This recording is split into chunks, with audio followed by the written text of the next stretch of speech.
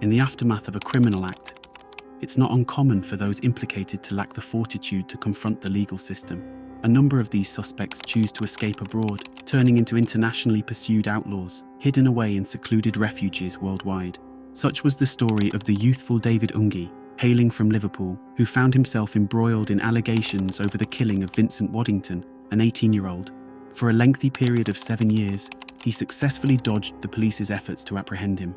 His trial, having recently commenced, has swiftly become a focal point of conversation throughout Liverpool. Do stay with us to discover the outcome delivered by the jury. It may well surprise you. Welcome to the Pursuit of Perpetrators channel, where I unravel the veiled tales of cryptic crimes. Liverpool, a city that has weathered the ebbs and flows of fortune like the tides of the Mersey, carries a legacy marked by periods of intense violent crime. In the heart of the 20th century, the city's bustling docks became the arteries through which illegal narcotics pulsed, embedding Liverpool with a reputation as a central hub for the drug trade. The moniker Smack City was a testament to this dark era, reflecting a time when the import of illicit substances was as much a part of the city's fabric as its maritime history. This chapter of Liverpool's story is paralleled by the operations at the docks of Amsterdam, Rotterdam and Antwerp, where organised crime syndicates have similarly utilised maritime resources for the transportation of contraband. Amidst the swirling smoke of conflict, Liverpool found itself embroiled in fierce gang rivalries, with battles over cargo and turf tearing through the fabric of the city. Yet, in a commendable stride towards transformation, Liverpool embarked on an ambitious decriminalisation project in the 1990s. This initiative bore fruit, aligning the city's crime rates with the national average, a significant achievement for an urban area. One notable episode that gripped the nation was the saga involving David Ungi Sr, tied to the notorious murder of Vincent Wadington. David Sr.'s altercation with Johnny Phillips, a local hitman, over a contentious bare-knuckle fight, set a chain of vendettas in motion. The dispute, rooted in accusations of foul play, marked Ungi Sr as a target in the shadowy world of gangland retribution. At the tender age of 36, with his son barely beyond toddlerhood, David Sr.'s life was brutally cut short on Dingle Street, a casualty of the very violence he'd sought to navigate. The incident, emblematic of the era's rampant organised crime, sparked fears of retribution extending even into the sanctity of hospital care. The aftermath of his murder saw an outpouring of communal grief and anger, with protests swelling to confrontations that necessitated riot police intervention. The mass demonstrations, attracting upwards of 600 individuals, underscored the deep fissures gang violence had etched into Liverpool's communal consciousness. The aftermath of David Ungi Sr.'s death saw Liverpool caught in a maelstrom of violence and retribution, but eventually, the tempest of communal fury began to ebb. The mystery of who orchestrated this crime remains unsolved, with the perpetrator still believed to be at large, casting a long shadow over the narrative. Into this fraught world was David Ungi Jr. thrust, his early life marinated in the harsh realities of violence, death, and criminality. The environment that moulded him was one shared by his peers, a community where crime was not just a backdrop, but a way of life. On the evening of the 14th of July 2015, a tragic event unfolded that would ensnare Ungi Jr. in its wake. Alongside two acquaintances, Ryan Bate and Luke Kendrick, each with their own checkered pasts in the world of crime, Ungi found himself in the midst of a fateful encounter on Banks Lane in Garston. Bate, with a history of drug dealing and theft, and Kendrick, recently freed from prison and with a reputation for trouble, were with Ungi in an Audi A3. Kendrick, behind the wheel, collided with a motorcycle, setting off a chain of events that would culminate in violence. The motorcycle's passenger, 18-year-old Vincent Wadington, was flung to the ground. As he rose, a confrontation ensued that ended with Wadington suffering a fatal shotgun wound. This moment of violence, emblematic of the pervasive culture of crime in certain Liverpool districts, marked another dark chapter in the city's history. It's a stark reminder of the cycles of violence that can define and destroy lives, echoing the legacy of conflict and crime that has shadowed Liverpool's journey through the decades.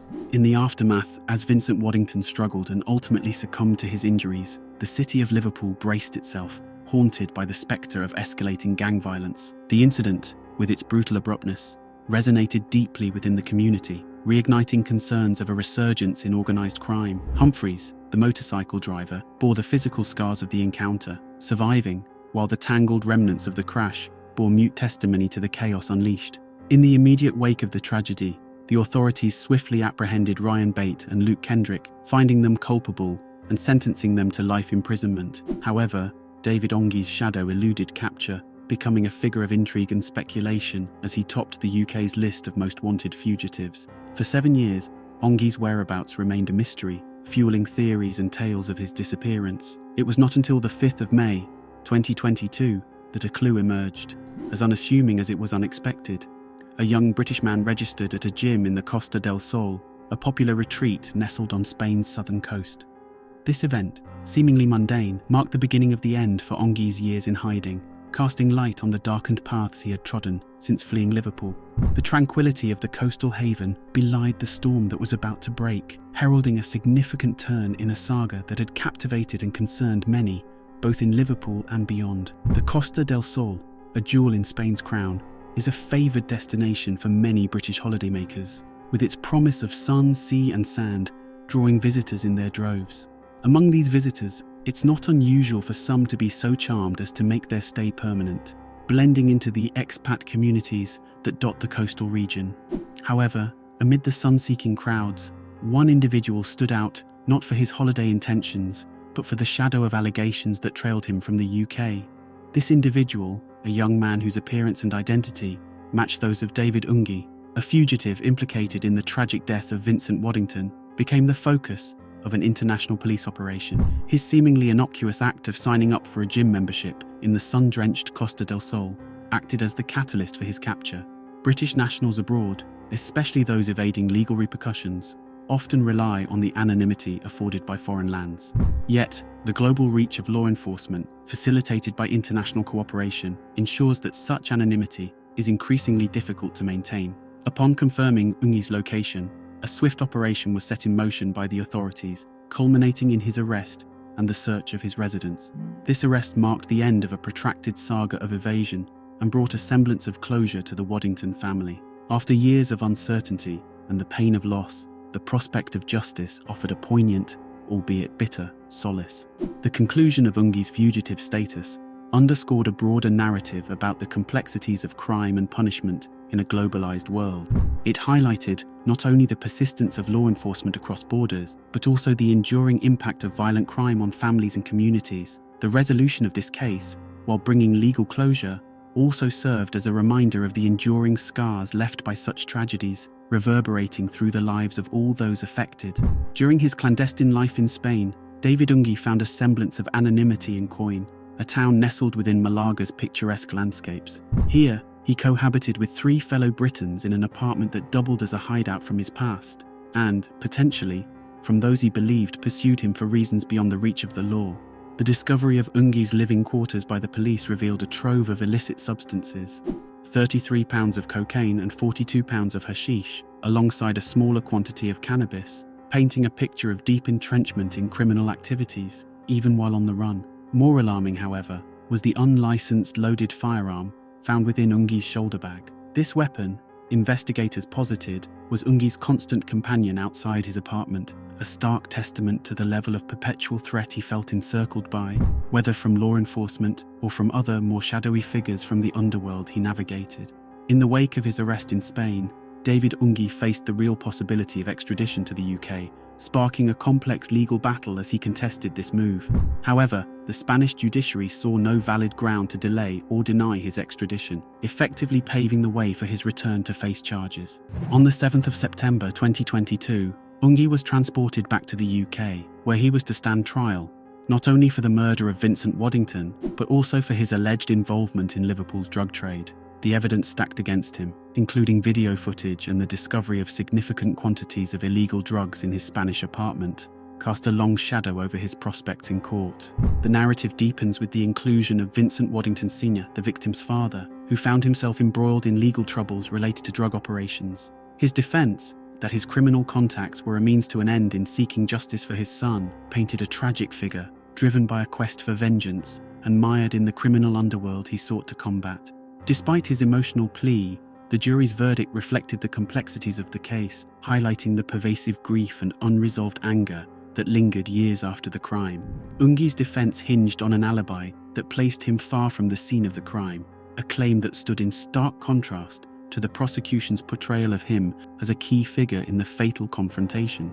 His label in the media as the baby-faced assassin further complicated his attempts to contest the charges, underscoring the challenges he faced in shifting the narrative.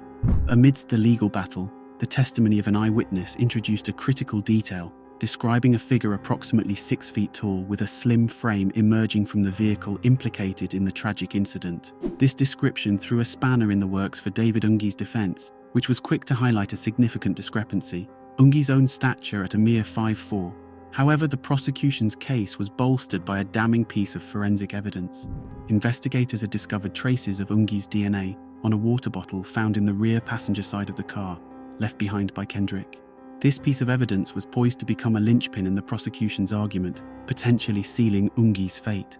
For those following the case, this revelation could indeed be the moment that tipped the scales, offering a tangible link between Ungi and the scene of the crime. The interplay of eyewitness accounts and forensic evidence underscores the complexities of piecing together the truth in a legal landscape where definitive answers are often elusive. In a courtroom drama that captivated the public, David Ungi's defense posited a scenario wherein his DNA found in the car could be attributed to his friend Ryan Bates, possibly transferring Ungi's water bottle to the vehicle, thus challenging the narrative that directly connected Ungi to the crime scene. After over 16 hours of meticulous deliberation, a jury comprising 5 women and 7 men reached a verdict on the 19th of May 2023, exonerating David Ungi of the charges related to the murder of Vincent Wadington. Despite the acquittal on the murder charge, Ungi's legal troubles were not entirely behind him. He remained obligated to serve a 6-year sentence in Spain for offences including the illegal possession of narcotics and an unregistered firearm. The case leaves lingering questions about the identity of the actual perpetrator behind Vincent Wadington's tragic demise. It also highlights the deep-seated impact of a murder on the community, even several years after the event, with the victim's family and the broader public yearning for closure and justice. While the law has spoken regarding Ungi's involvement, the court of public opinion remains divided, sparking debate and speculation over the intricacies of the case and Ungi's decision to relocate to Spain. Your thoughts and reactions are what make this community vibrant, so please, don't hesitate to drop your comments below. If you found this investigative breakdown enlightening, do hit the like button, share this video with your friends, and subscribe to the Pursuit of Perpetrators channel for more content like this.